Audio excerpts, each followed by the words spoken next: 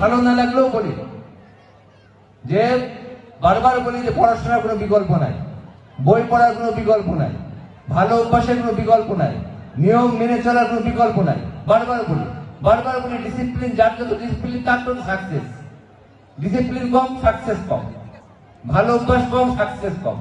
তোমরা যদি সাকসেস না চাও কোনো দরকার নেই, ডিসিপ্লিন কমাই দাও, ভালো অভ্যাস কমাই দাও, মানুষের সাথে ভালো ব্যবহার কমিয়ে দাও, তোমার অটোমেটিক সাকসেস চলে যাবে। কোনো সমস্যা। সাকসেস হওয়াটাই কঠিন, সাকসেস না হওয়াটা খুব সহজ। তোমরা যদি সাকসেস পেতে চাও তোমাকে কষ্ট করার মানুষের সাথে থাকতে হবে, নিয়ম নীতি মেনে চলার মানুষের সাথে থাকতে হবে। আমি যেটা বলছিলাম যে আজকের অনুষ্ঠানে আমরা চেষ্টা করেছি যে আমাদের যারা বিদায়ী শিক্ষার্থীরা তাদেরকে আনন্দ দেওয়ার জন্য, তারা যাতে পরে মনে রাখতে পারে যে আমরা তাদেরকে সুন্দরভাবে বিদায় দিয়েছি এবং আমাদের চেষ্টার কোনো ত্রুটি ছিল না, কালচারাল ক্লাবের চেষ্টার কোনো ত্রুটি ছিল না। তারপর দু একটা কথা বলতে হয়, এই অনুষ্ঠানে যারা পার্টিসিপেট করেছে প্রথম থেকে যতগুলো নাচ গান, তারপরে নাটক, আবৃত্তি, সবগুলো অত্যন্ত সুন্দর হয়েছে এবং খুবই ভালো লেগেছে। আমি আশা করব যে যারা এখানে আছেন আমার মনে হয় তাদের সবারই ভালো লেগেছে। তো সবচেয়ে ভালো হয়েছে কারটা? আমার মনে হয় সবচেয়ে ভালো হয়েছে ভিসিটটা, তাই না? কারণ ভিসি যদি পারফর্ম করে আর কোনটা ভালো হতে পারে? এ কি সম্ভব কখনো? সুতরাং সবাইকে চেষ্টা করতে হবে যাতে ভিসির স্টেজে আসা যায়, তাই না?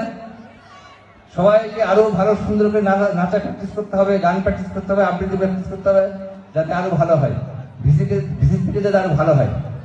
যাক, এটা ফান করলাম, আমি তো ভালো হয় হওয়ার কথা না, কোন রকম হয়েছে। যাও, আজকে খুব ভালো হয়েছে, সবাই এটা অনেক উপভোগ করেছে।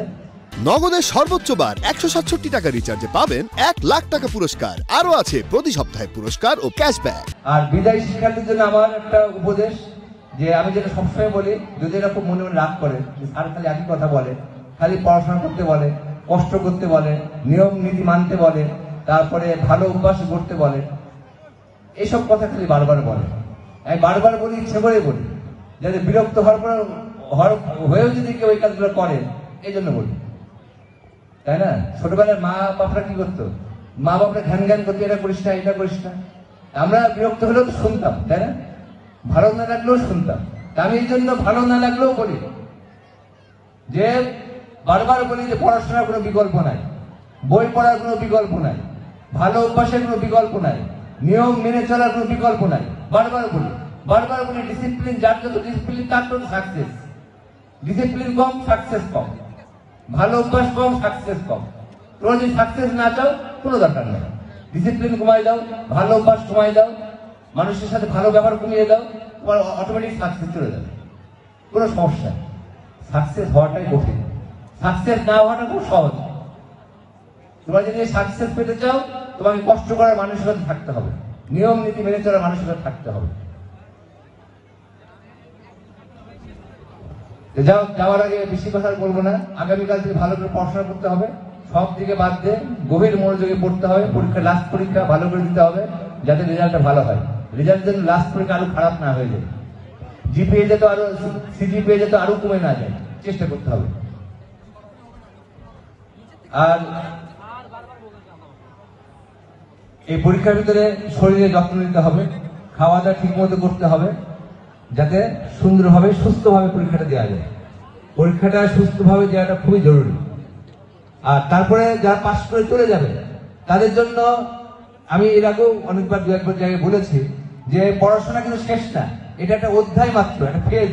আমরা পড়ি না এক ফেজ থেকে আরেক ফেজে যাওয়া, যে আমরা আরেকটা ফেজে চলে যাব। সেই ফেজে কি আছে? সেই ফেজে আছে ভয়ঙ্কর প্রতিযোগিতা। ভয়ঙ্কর কেন বললাম? এখানে তো নিজের সাথে প্রতিযোগিতা, যে আমি ভালো রেজাল্ট করবো, পড়বো, ভালো রেজাল্ট করবো।